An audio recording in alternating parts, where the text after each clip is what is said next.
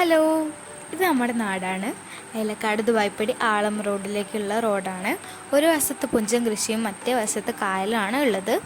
വേനൽ ചൂട് കടുത്ത കാരണം തന്നെ കായൽ കുറേ വർഷങ്ങൾക്ക് ശേഷം വറ്റി വരണ്ടിട്ടുണ്ട്.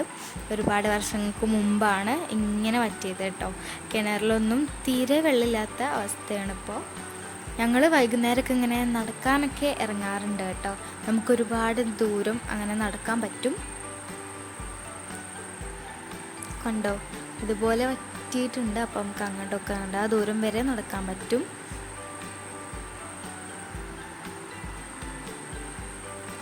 പിന്നെ ഇതാണ് തിരുത്ത്. 2 തിരുത്തുണ്ട് കേട്ടോ. തിരുത്ത് കത്തുന്നതാണ് അപ്പോൾ നിങ്ങൾ കണ്ടുകൊണ്ടിരിക്കുന്നത്.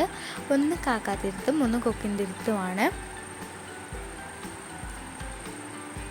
അത്രയും ചൂടായതുകൊണ്ട് തന്നെയാണ് കേട്ടോ ഇത് കത്തിയത്.